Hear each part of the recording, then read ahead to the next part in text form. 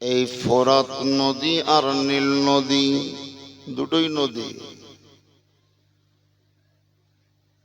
আমাদের এখানে একটা বাঁশলোয়ের নদী আছে, এর কিনারায় কিনারায় ধারে ধারে যেতে যেতে যেতে যেতে যেখানে শুরু নদী, সেই গুঁড়াই যদি যান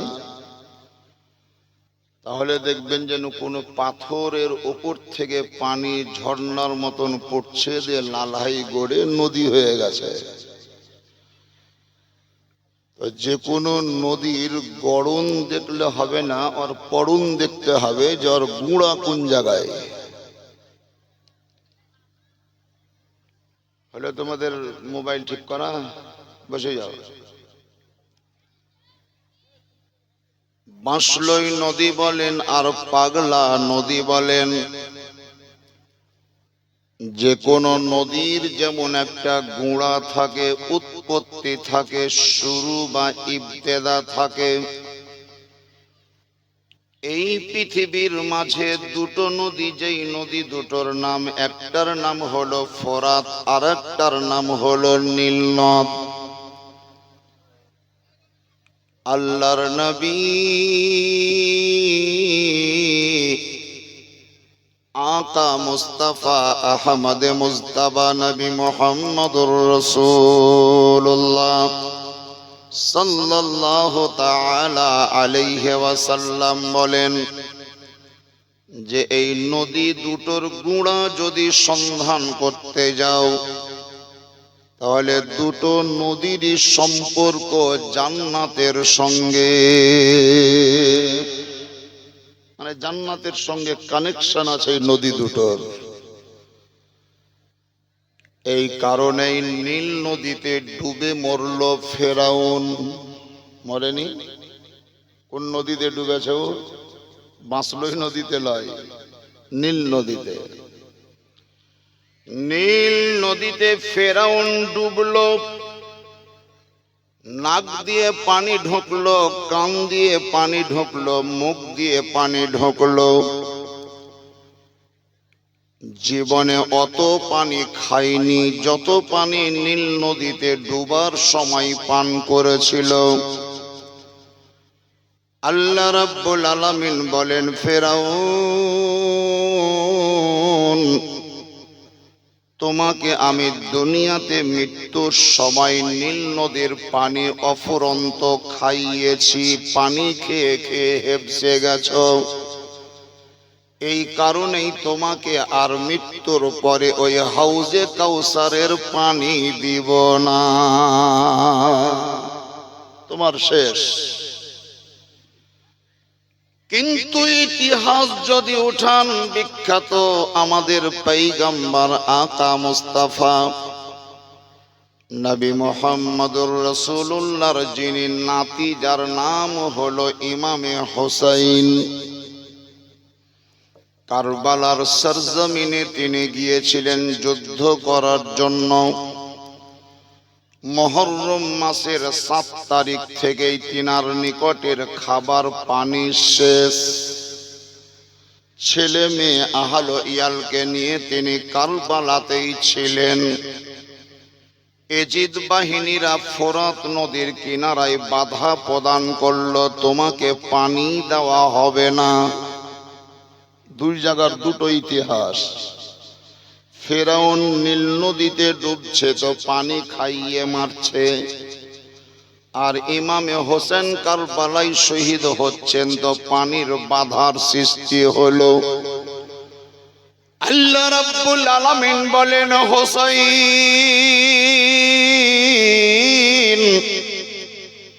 ফেরাউনকে নীল নদীতে ডুবিয়ে মেরেছি, পানি খাইয়ে মেরেছি, তার কারণ হাউজে কাউসারের পানি দিব না, আর ফোরাত নদীর পানি তোমার নসিবে জুটল না। তার মানে হাউজে কাউসারের পানি তোমার দায়িত্বে থাকবে, এটা আমি অন্য কাউকে দিব না। বুঝতে পারলেন না কথা?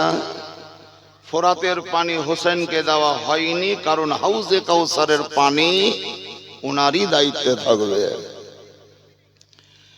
এই নীল নদীতে বৎসরে পানি শুকিয়ে যেত। ধ্যান দিয়ে বুঝবেন, আমি খুব লম্বা কথা বলবো না, এটা আগেই বলেছি। মা বোনদেরকেও বলছি একটু খেয়াল করবেন আমার কথার দিকে। নীল নদীতে পানি বৎসরে একবার শুকিয়ে যেত। আরে পানি শুকিয়ে যাওয়ার কারণে সেই যুগের সেই এলাকার লোকেরা জমি টমি চাষ করতে পারত না। তার কারণ নীল নদীর পানি নিয়েই তারা জমি চাষ করত। তো পানি নাই, পানি ফুরিয়ে গেছে।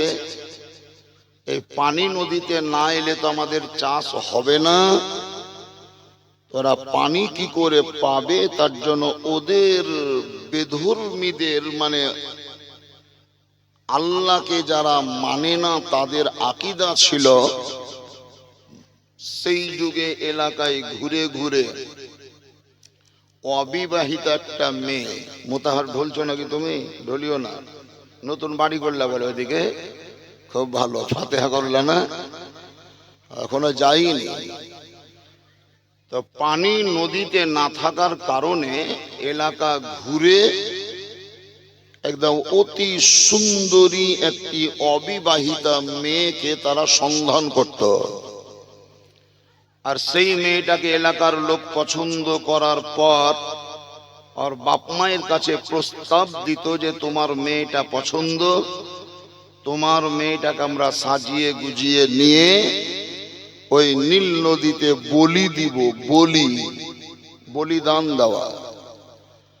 তো যার মেয়েকে পছন্দ করা হতো তার বাপ মার বড় খুশি হতো যে আমার মেয়েকে নদীতে ভোগ দেওয়ার জন্য পছন্দ করেছে এলাকার লোক, তার মানে আমাদের ভাগ্য, আমাদের কপাল, আমাদের নসিব।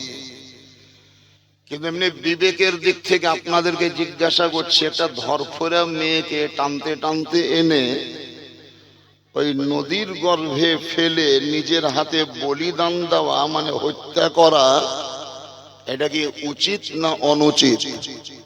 এটা ঠিক না বেঠিক? বুঝতে পারলেন না? ঠিক না বেঠিক? এটা বেঠিক, কিন্তু তখনকার লোক করত।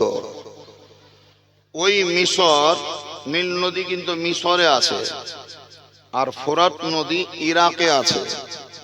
ফোরাত নদীটা হচ্ছে ইরাক এলাকায়, আর নীল নদীটা হচ্ছে মিশর এলাকায়।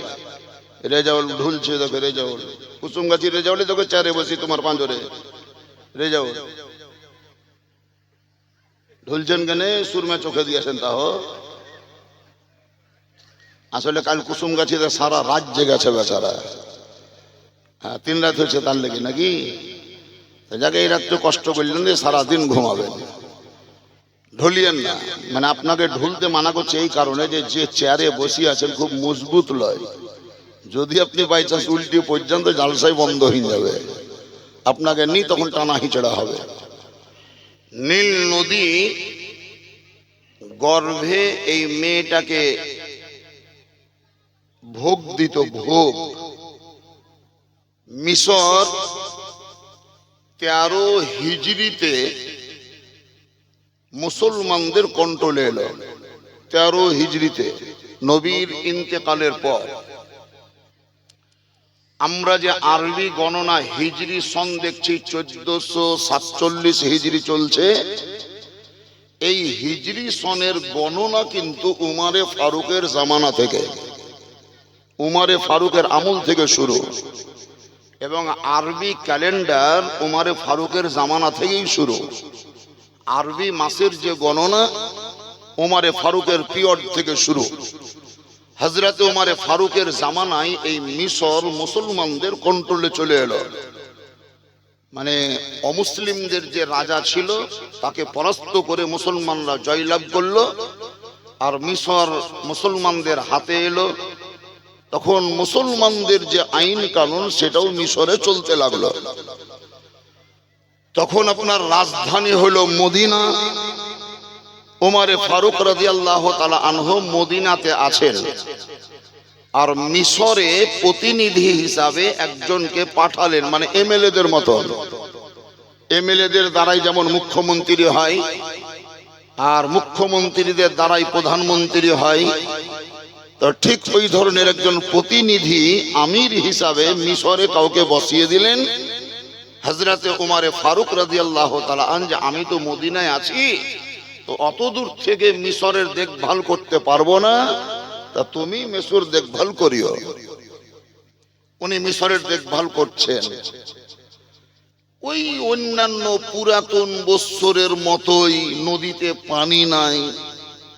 তো এলাকার লোক হযরত উমরে ফারুকের কাছে, উমরে ফারুকের যে প্রতিনিধি ছিল মিশরে, তার নিকটে এসে উপস্থিত হলো, হুজুর আমাদের নিয়ম, আমাদের নীতি, নীল নদীতে পানি না থাকলে আমরা একটা মেয়েকে ভোগ দিতাম আর তার বিনিময়ে আমরা পানি পেতাম।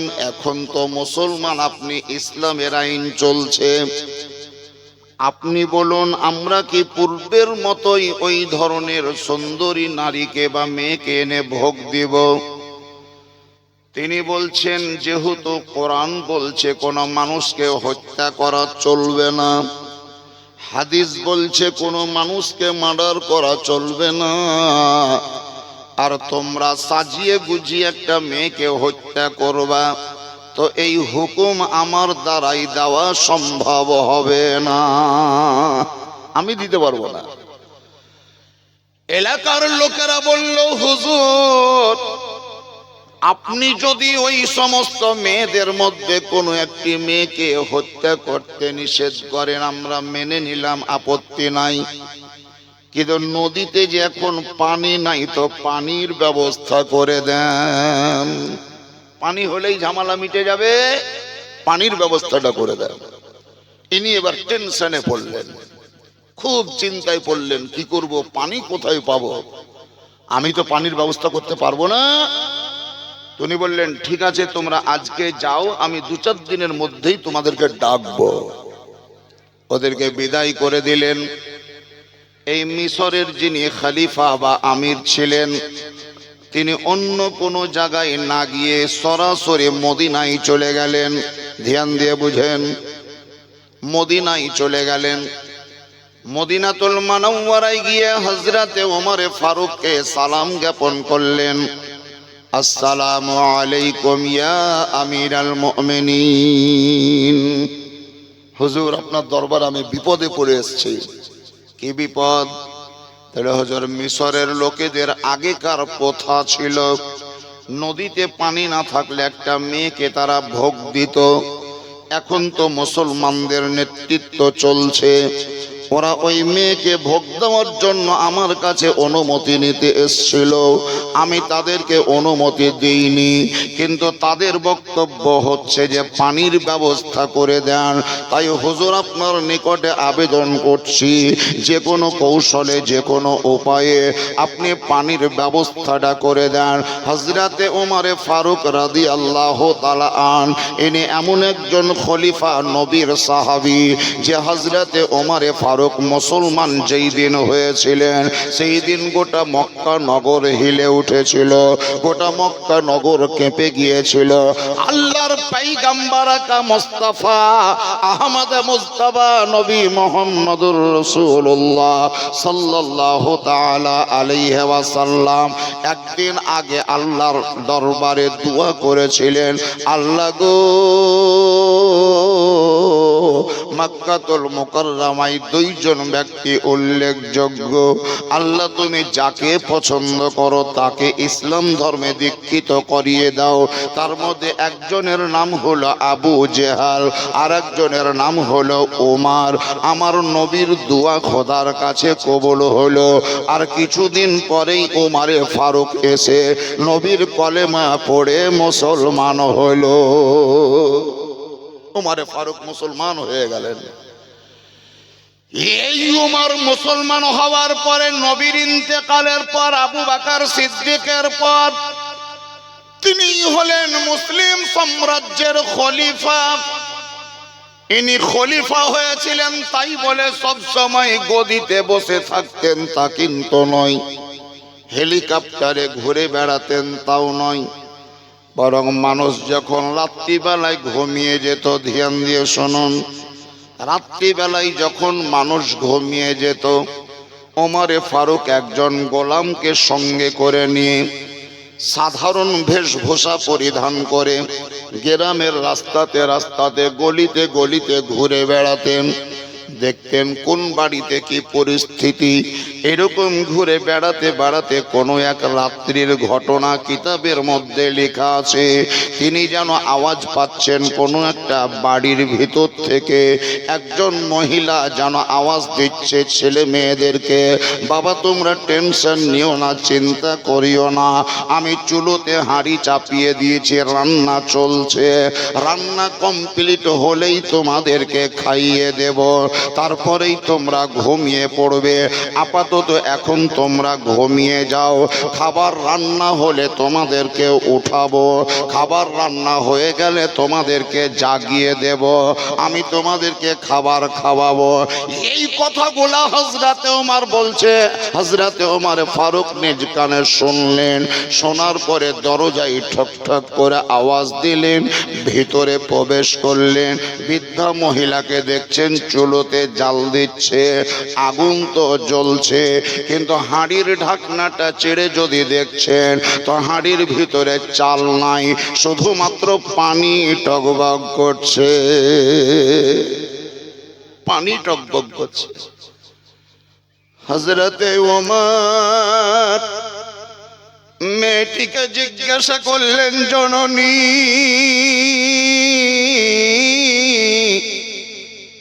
আপনি আপনার ছেলে মেয়েদেরকে মিথ্যা কথা কেন বললেন?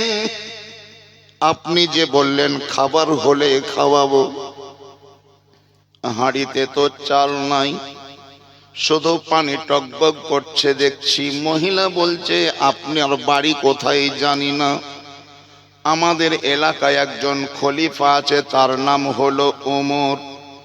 ওই ওমর আমাদের খোঁজ খবর লাই না, আমাদের তদন্ত করে না। আমি গরিব মানুষ, আমার স্বামী মারা গিয়েছে, বাড়িতে আমার একটিও দানা নাই, কিন্তু 4-5টা ছেলে মেয়ে ভোকে যেন তড়পাচ্ছে, আমি তাদেরকে খাবার দিতে পারিনি, খাবার দেওয়ার সাধ্য আমার নাই, কার বাড়ি চাইতে যাব, কে আমাকে দিবে কি দিবে না। রাত্রিবেলায় ভোক মিটাবার জন্য খাবার চাইলো, আমি তাদেরকে বাহানা করে চুলোতে হাঁড়ি চাপালাম, আর এমনি এমনি বললাম যে খাবার রান্না করছি, তোমরা এখন ঘুমিয়ে যাও। যখন এই কথাগুলা বলার পর আমার ছেলে মেয়েরা ঘুমিয়ে যাবে, তখন আমি হাঁড়িটা চুলো থেকে নামিয়ে নেব, আর ঘুমের ঘরেই রাত্রি পেরিয়ে যাবে, আর টেনশন থাকবে না, চিন্তা থাকবে না। এত রাত্রিতে আমি খাবার কোথায় পাবো যে তাদেরকে পানাহার করাবো? এই কারণেই তাদেরকে মিথ্যা কথা বলে আমি একটু সান্ত্বনা দেওয়ার চেষ্টা করলাম। ইনি যে ওমরে ফারুক, ওই মহিলা জানে না। তিনি বললেন, জননী গো, আপনি ঘুমিয়ে যাবেন না, আপনার ছেলে মেয়ে ঘুমিয়ে গেলে ঘুমিয়ে যাক, কিন্তু আপনি ঘুমাবেন না, আমি আসছি। 3 কিলোমিটার দূর পথ অতিক্রম করে হযরতে ওমরে ফারুক রাদিয়াল্লাহু তাআলা আনহু তিনি তার নিজের রাজ দরবারে গিয়ে বস্তাতে আটা ভরলেন, টিনে ঘি ভরলেন, একটা ব্যাগে করে কিছু খেজুর নিলেন। এই খেজুর, আটা, ঘি সবগুলাকে এক জায়গায় জড়ো করে এক হাতে নয়, 2 হাতে চেড়ে নয়, গোলামকে বলছেন, আসলাম নামক গোলাম, তিনাকে বলছেন এক কাজ করো, বস্তাটা ছেড়ে আমার মাথায় চাপিয়ে দাও। হযরতে ওমরে ফারুক হলেন মুসলমানদের খলিফা, মুসলিম সাম্রাজ্যের অধিপতি। এই ওমরে ফারুক বস্তা মাথায় নিয়ে এক পা করে চলতে শুরু করলেন। আসলাম নামক গোলাম বলে, হুজুর হুজুর আমি আপনার গোলাম থাকতে আপনি বস্তা বহাবেন কেন? আপনার মাথার বস্তাটা আমাকে দিয়ে দেন। হযরতে ওমরে ফারুক বলেছিলেন, দুনিয়ার বোঝা তো তুমি বহিতে পারবে, কিন্তু হাসরের প্রান্তরে আমার বোঝার দায়িত্ব কে নেবে? সুবহানাল্লাহ। হাসরের প্রান্তরের চিন্তা হযরতে ওমরের। দুনিয়াতে আজকে আমি খলিফা হয়ে আছি, সেই মেয়েটির মুখে যদি খাবারের ব্যবস্থা করে দিতে না পারি, আর সেই মহিলাটি যদি আমার বিরুদ্ধে আল্লাহর দরবারে কেস করে, আমার সেই দিন উপায় থাকবে না, আমি যেন দোষী বলে সাব্যস্ত হয়ে যাব। আমার দায়িত্ব আমাকেই পালন করতে দাও। হযরতে ওমরে ফারুক নিজের মাথায় বস্তা বহন করে নিয়ে গিয়ে সেই মহিলার বাড়িতে প্রবেশ করলেন। বস্তা নামালেন, বললেন, মা এতে আটা আছে, এতে খেজুর আছে, এতে ঘি আছে, আটা সানেন, রুটি বানান, ছেলে মেয়েদেরকে উঠান, খাবার খাওয়ান।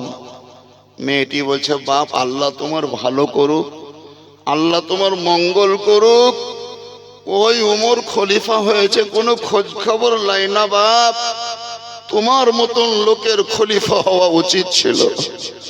তুমি যদি খলিফা হতে তাহলে আমাদের মতন গরিব মানুষরা না খেয়ে থাকতো না। কিন্তু ওই ওমর আমাদের কোনো খোঁজ খবর লাই না। তুমি ধন্য বাপের ধন্য বেটা, তোমার হায়াত যেন লম্বা হয়, তুমি যেন দীর্ঘায়ু হও, তুমি যেন যুগ যুগ ধরে বেঁচে থাকো, দুনিয়াতে আল্লাহ যেন তোমাকে বাঁচিয়ে রাখে। হযরতে ওমর নিজের পরিচয় এখনো দেননি। বললেন, মা আমার চোখের সামনে আপনি রুটি বানান। মেয়েটি বলছে, বাপ তুমি যাও, আমি বানিয়ে নেব। না, আপনার ছেলে না খেয়ে ঘুমাবে আর আমি গিয়ে ওই জায়গায় আনন্দ করব, এটা হবে না। আপনি আটা সানেন। মেয়েটিকে আটা সানা করালেন, রুটির তাওয়া চুলোর ওপরে চাপিয়ে দেওয়া হলো। হযরতে ওমরে ফারুক নিজের হাতে চুলাতে জাল দিলেন, মহিলাটি রুটি বানালেন, ছেলে মেয়েদেরকে জাগিয়ে রুটি খাইয়ে পেট ভরালেন। উনি বিদায় হয়ে চলে যাবেন। বাপ ওমরের কথা আর বলিও না, সে তো কোনোদিন খোঁজ খবর লাইনি, কিন্তু এত রাত্রিতে তুমি যে আমার দিলকে সান্ত্বনা দিলে, আমার অনাহার ছেলে মেয়েদের মুখে খাবারের যোগান দিলে, এটা বিরাট বড় কাজ। আল্লাহর দরবারে যদি আমাকে প্রশ্ন হয়, এই মহিলা বলো তোমার দরবারে যে খলিফা ছিল সেই খলিফার চরিত্র কেমন ছিল, আমি উমরের নাম বলবো না, তোমারই নাম বলবো, কিন্তু তোমার পরিচয়টা একটু দিয়ে যাও।